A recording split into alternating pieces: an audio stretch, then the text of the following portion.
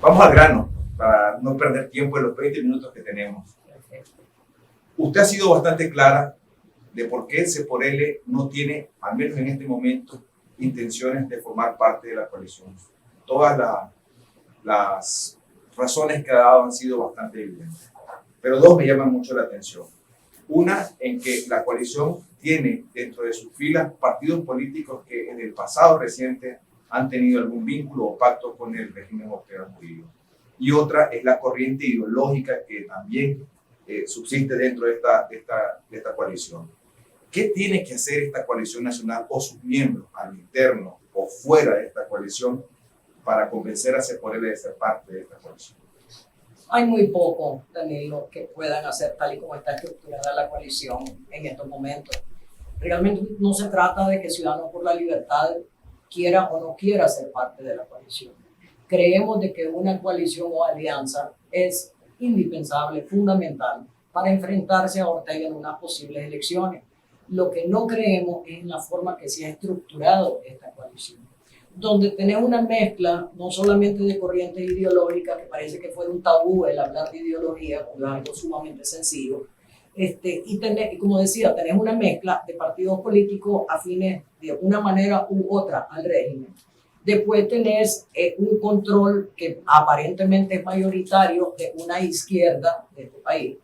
Y después tenemos una alianza cívica minimizada totalmente cuando debió de haber sido tal vez la protagonista de esta historia. ¿Pero qué debería hacer esta coalición? O sea, ¿qué mensaje tiene que enviarle? Es que para mí es bien difícil decirte qué puede hacer cuando no creo en esa coalición, para nada. Y yo veo, por ejemplo, que pueden venir las reformas electorales, si acaso. Y las mismas reformas van a decidir el futuro de la coalición. Y vámonos a dos escenarios. Asumamos por un momento de que se dan las reformas y que deciden bajar los requisitos para formar partidos políticos y que casi se los van a regalar a todo el mundo, ¿verdad? Y a pesar de que nosotros hemos sido criticados por eso, todo el mundo está en fila esperando que se los regalen, ¿verdad? Pero bueno, ese es otro asunto. Entonces, ¿qué es lo que va a suceder? Vas a tener, a quién sabe, cuántas organizaciones que no suman más de 3 o 4 personas peleando para tener una casilla y una personería jurídica. ¿Qué creemos que va a pasar con esa coalición en ese momento? ¿Aguantará eso? No lo aguanta. Y vámonos ahora al otro escenario. Digamos que las reformas dicen, no van a haber más casillas, nos vamos con las existentes. Entonces, de nuevo, vas a ver un reacomodo de cada uno tratando de controlar alguna casilla existente. Y digo de controlar porque, con la excepción nuestra y quizás del PLC, los demás son todas casillas de papel. Y por lo tanto va a haber un esfuerzo desesperado de cada uno tratando de ver qué agarra de casilla. Me quedó bien claro las razones por las que ustedes todavía no ven ni siquiera posibilidad alguna de entrar a esta coalición. Así. Sin embargo, desde esa coalición hay réplicas o hay declaraciones, evidentemente, hacia C por L por esta renuencia. Decía uno de los miembros, y creo que uno de los arquitectos del documento de coalición, que Kitty Monterrey navega contracorriente e incluso contra sus propias bases políticas del partido político C por L. Es decir, hay un clamor nacional por una unidad, pero hay una renuencia de parte de Kitty. Según estos líderes políticos, existe la posibilidad de que las bases mismas de C por L demanden a Kitty Monterrey más flexibilidad con el tema de la coalición. Absolutamente ninguna. Es que este partido es un partido muy distinto a los partidos tradicionales. Este partido se organizó realmente de abajo hacia arriba. Entonces, nosotros tenemos la particularidad de que nuestro Comité Ejecutivo Nacional está integrado por los presidentes departamentales. Y las asambleas departamentales, a la vez, están integradas por todas las juntas directivas municipales, de tal manera que aquí la consulta se hace de manera permanente con toda la organización. Y las posiciones mías no son las posiciones de la Kitty, que aquí es donde se cometen los errores. Están asumiendo de que yo hablo por mí, yo no hablo por Kitty Monterrey, yo hablo como presidente y representante de un partido que todos coincidimos y que nuestras posiciones son consensuadas y estamos todos de acuerdo. No voy a decir con esto de que no existe el derecho de que las personas opinen diferente. Eso se trata de liberalismo. Y dentro de nuestra organización pueden haber debate, por supuesto, y nosotros aceptamos ese debate, pero al final todos nos ponemos de acuerdo en cuál es la línea.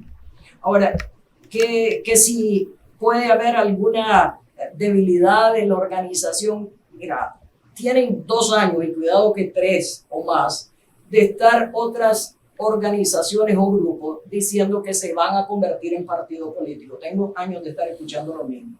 ¿A quiénes van a buscar en el territorio? Y cuando te hablo específicamente, la gente del UNAP, la gente de la Alianza, ahora de la coalición, de todas las siglas habidas y por haber, ¿a quiénes van a buscar? Van a buscar a la gente nueva.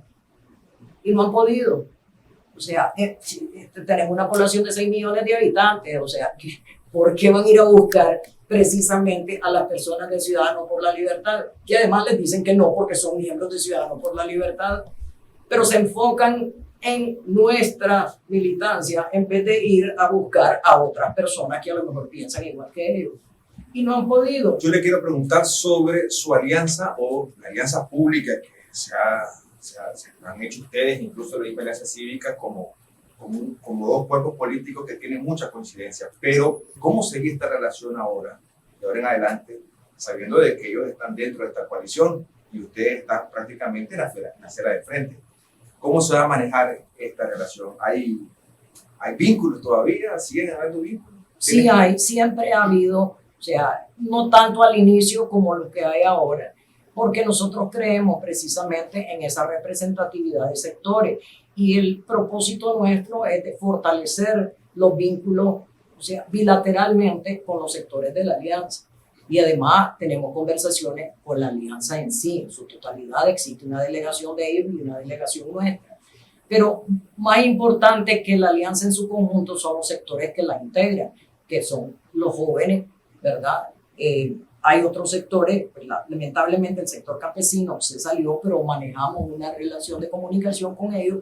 La relación que existe con la alianza es sobre objetivos concretos y nosotros tenemos mucha afinidad. Es falso lo que se ha dicho de que hay un acuerdo y que ya vamos a ir en la casilla de por él. Todas esas son cosas que realmente yo lamento quien las haya dicho porque no es correcto, no es cierto.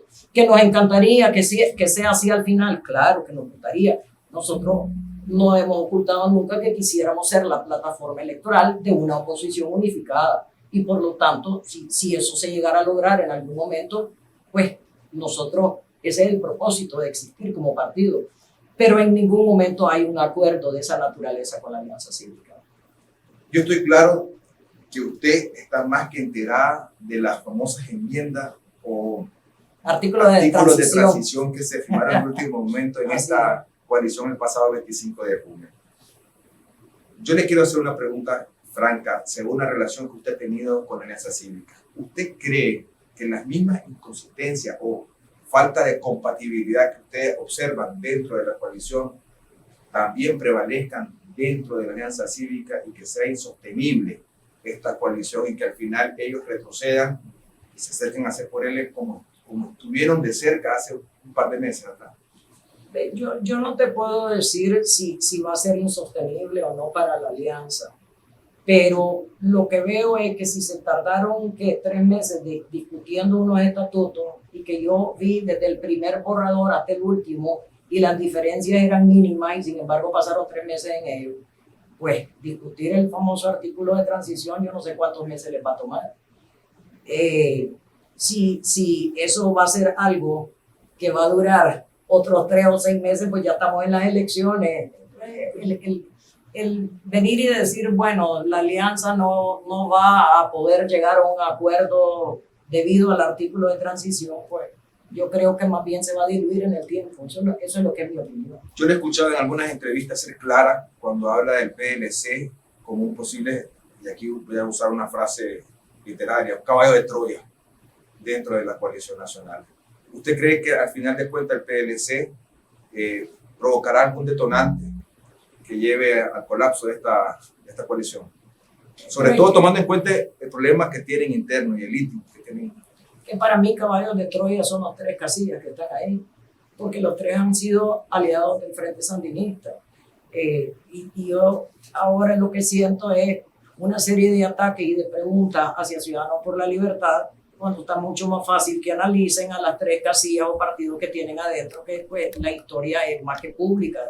Que si la litis cambia las cosas, que si son caballos de Troya, pues con el Frente Sandinista y sus aliados, que ellos han sido o son todavía, se espera cualquier cosa. Entonces, es bien difícil, creo yo, que la población en general vaya a aceptar precisamente ir en una alianza, coalición o casilla de quienes han sido responsables de los males que nos aquejan. Ya no tiene sentido, no tiene lógica.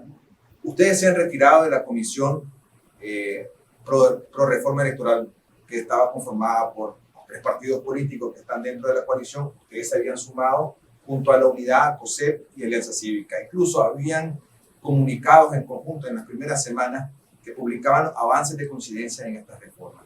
Sin embargo, tenemos información de que se han paralizado, producto de que el PLC ha puesto con claridad las ventajas que le ofrecen los residuos del pacto de finales de los 90, como segunda fuerza política, con las ventajas que esta tiene en la actual ley electoral. ¿Ustedes se retiran de esto porque olían una trampa o simplemente ustedes no están interesados en las profundas reformas que consensuó la Alianza Cívica con la UNAP? ¿Qué pasó ahí? Vamos a retroceder en el tiempo. En marzo del 2018, cuando a nadie le interesaban el tema de las reformas electorales, nosotros hicimos una presentación de una propuesta de reformas electorales a la nación, públicamente, marzo del 2018. Y nadie le interesó hasta que viene la rebelión cívica y obviamente las reformas electorales se convierten en un tema de interés para todo el mundo. Antes no era tema de interés.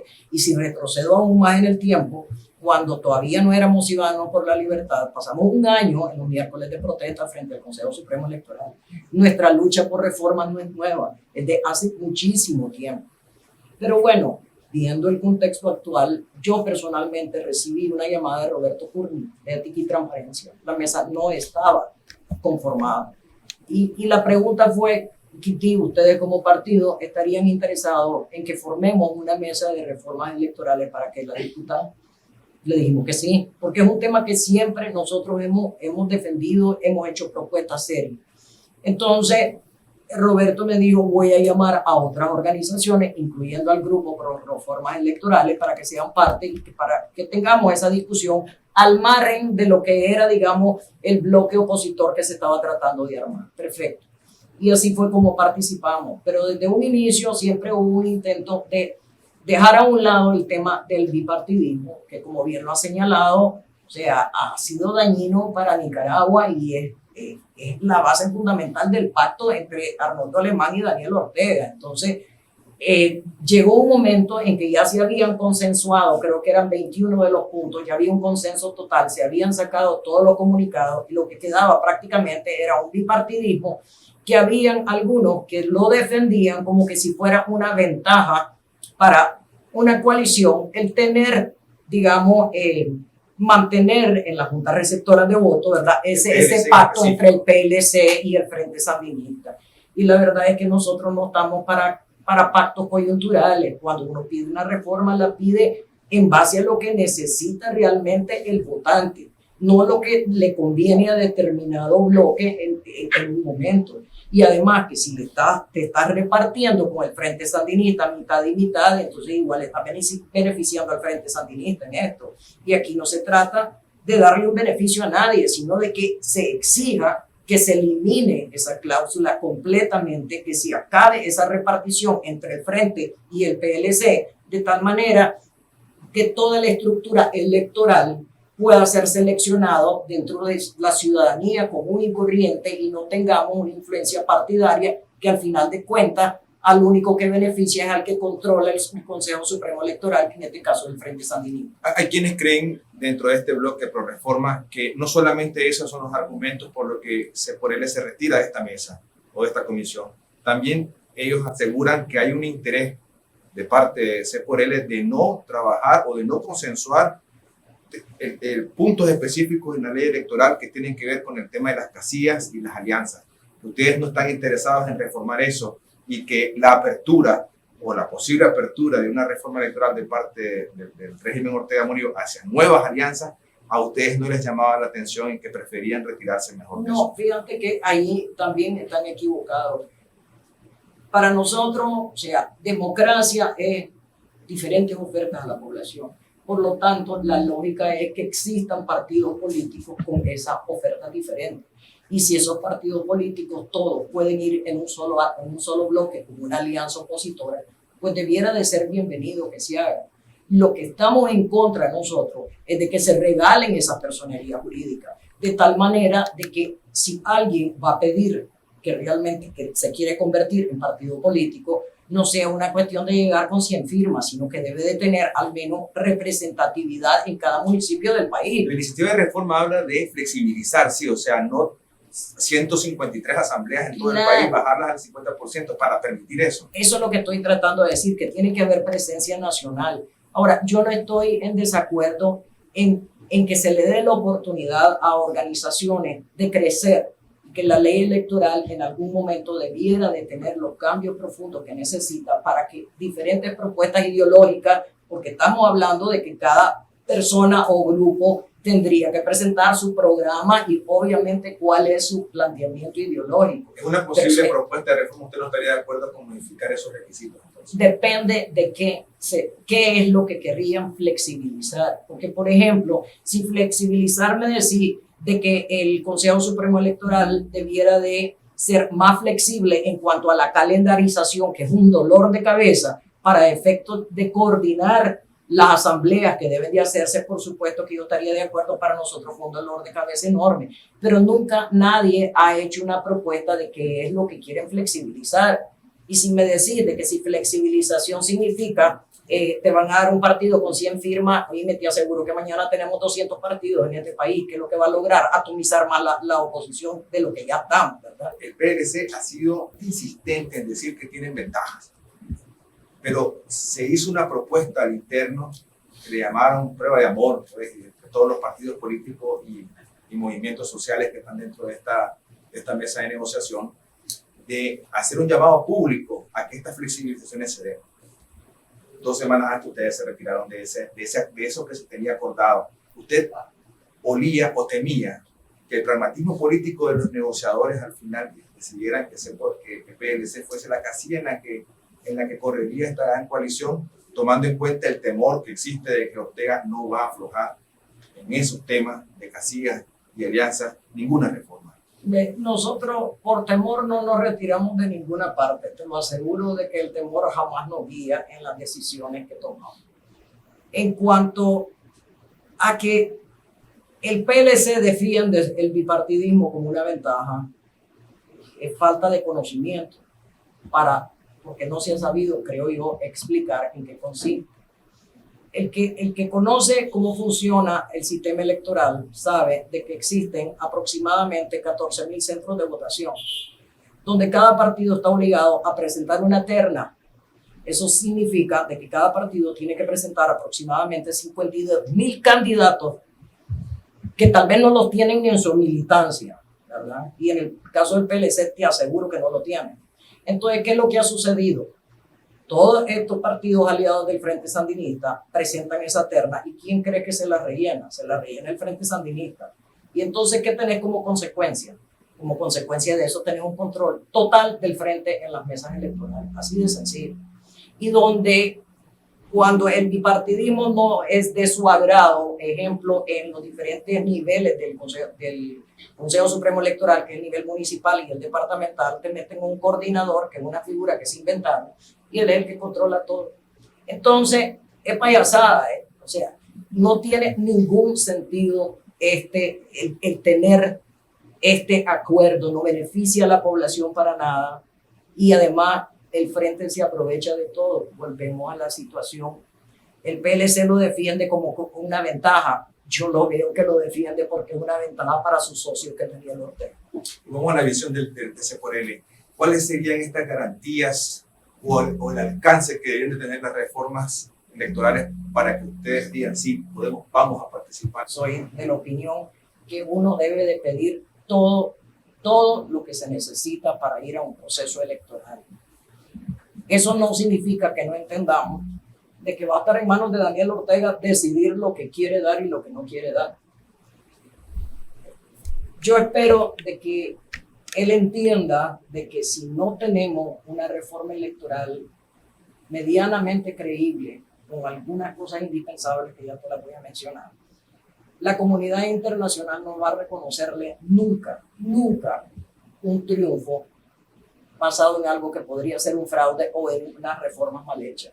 Entonces, creo que lleva mucho que perder porque el mundo, en este contexto de pandemia, tiene suficientes problemas que resolver en cada uno de sus países como para venir aquí a resolvernos Nicaragua el día de mañana. Entonces, cosas indispensables, la observación internacional y nacional. Tiene que haber observación internacional y nacional. Tiene que haber algún tipo de depuración del padrón electoral, que lo puede hacer la ciudadanía misma si el proceso de verificación lo hicieran público, con los padrones electorales públicos en cada centro de votación, y los mismos habitantes pueden ir y ayudar a depurarlo, en el caso que no se pudiera hacer de otra manera. El proceso de impugnación que viene desde la Junta Receptora, que puedan aplicarse todos los procesos de impugnar en cada junta y de hacer los reclamos que corresponden de acuerdo a lo que es correcto, porque no está contemplado siquiera en la ley electoral. Entonces, hay muchos más, pero yo te estoy hablando de por lo menos 3 que son indispensables y asegurarse que cumplan con la ley.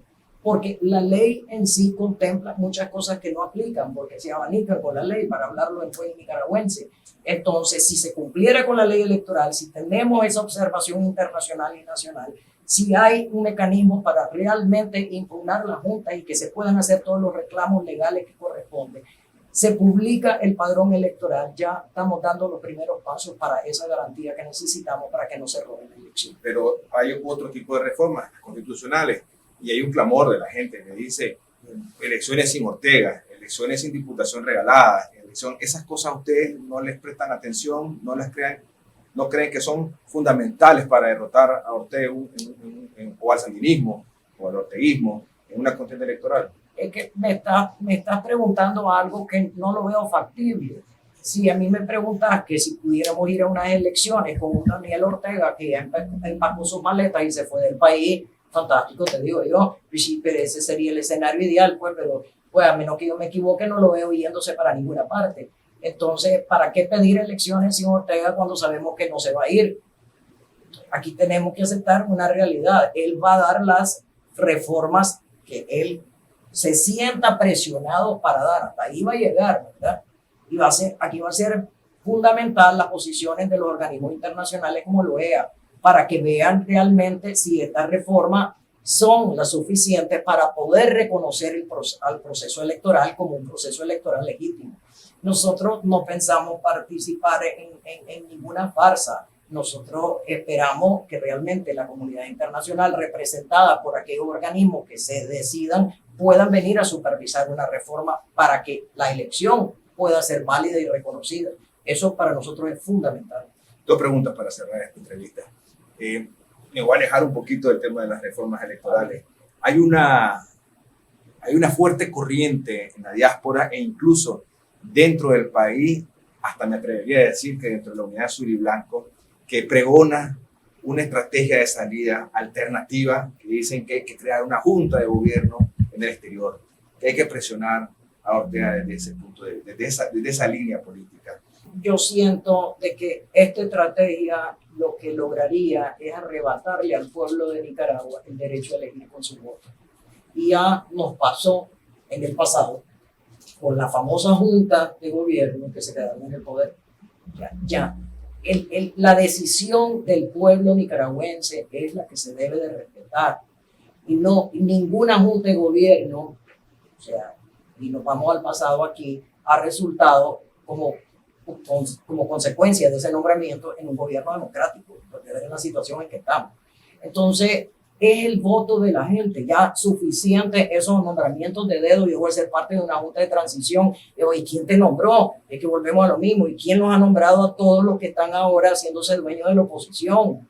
Si lo único que tienen derecho a elegir a sus representantes es el pueblo de Nicaragua a través de su voto. Y eso es lo que tenemos que insistir. Y no estoy diciendo de que exista mala intención de las personas que ven esto como una alternativa, porque todo el mundo está desesperado por encontrar una solución. Y yo respeto esa opinión, pero no la comparto, porque precisamente aquí lo que queremos todos es que sea el pueblo el que tenga la última palabra. Para finalizar, y voy a citar su última entrevista, decía que salir de Ortega en una derrota o derrotar a Ortega en los comicios electorales no es la solución a la profunda crisis política y económica que tiene el país, que eso solamente es un paso. Habla de que no es posible construir una nueva nación a través de una izquierda que usted ha calificado como un fracaso en Nicaragua. ¿Lo sostiene? Sí, lo sostengo. Porque, y no solamente en Nicaragua, yo creo que la izquierda ha sido un fracaso en el mundo porque no veo ningún país de éxito donde exista un gobierno socialista a cargo. O sea, yo creo que en eso estamos claros todos los nicaragüenses. Eso no significa que no puedan participar y que nosotros no estemos de acuerdo con su línea de pensamiento, no significa que no tengan derecho a existir y a ser parte de un bloque opositor, pero con el peso específico que les corresponde. Por ahí no está interesado en el bolsón de votos de un sandinismo disidente. Es que son dos cosas diferentísimas. Es que para mí el sandinismo nunca ha sido una ideología. Para mí el sandinismo, y me remonto al 79 y antes, fue una forma de vida de muchos nicaragüenses que lucharon por un país mejor y sentían el sandinismo como parte de su historia, al igual que la contra lo siente como parte de la suya, pero no significa que el sandinismo el sandinismo de esa época sea ideológico. La gente luchó no por ideología, sino por salir de un dictador. La contra luchó por lo mismo, pero no son ideología. Que luego el Frente Sandinista se alinea con una ideología populista, marxista o lo que querrás llamarle. Pero hay un bolsón electoral bastante interesante ahí. Es que esa disidencia del sandinismo, que no quiere nada con el sandinismo, es bienvenido en un bloque opositor. Mi problema, o sea, es cuando analizar las corrientes ideológicas que están ya definidas. Entonces vos tenés grupos de izquierda que así se definen. No significa que la disidencia sandinista sea de izquierda. Al contrario, yo conozco a muchas personas que fueron en su momento sandinistas y que nunca se han identificado como izquierda.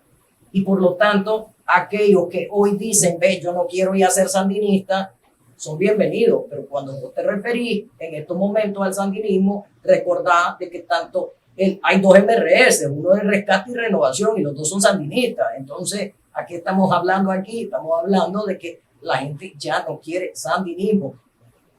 Y por lo tanto, la disidencia, los que ya no quieren seguir siendo sandinistas, siempre van a tener las puertas abiertas.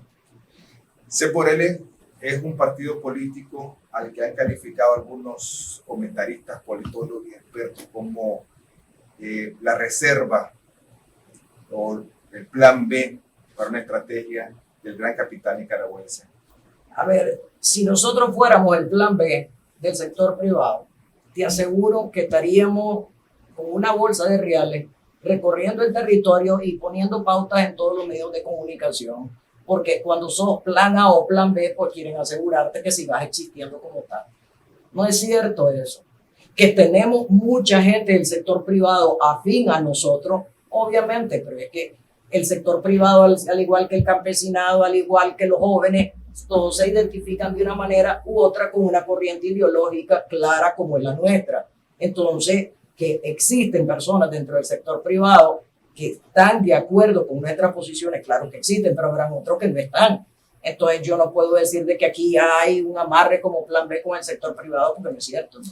Gracias, doña Kitty, por atendernos. Muy amable. No, gracias y te felicito. De primera la entrevista, te la agradezco, Danilo. De verdad que sí. Y te deseo mucho éxito en este programa. Seguramente nos vamos a ver en el camino. Este camino todavía... Yo a la orden y siempre platicar con alguien que hace una entrevista así de esta calidad, francamente, es un gusto y es una oportunidad que yo agradezco.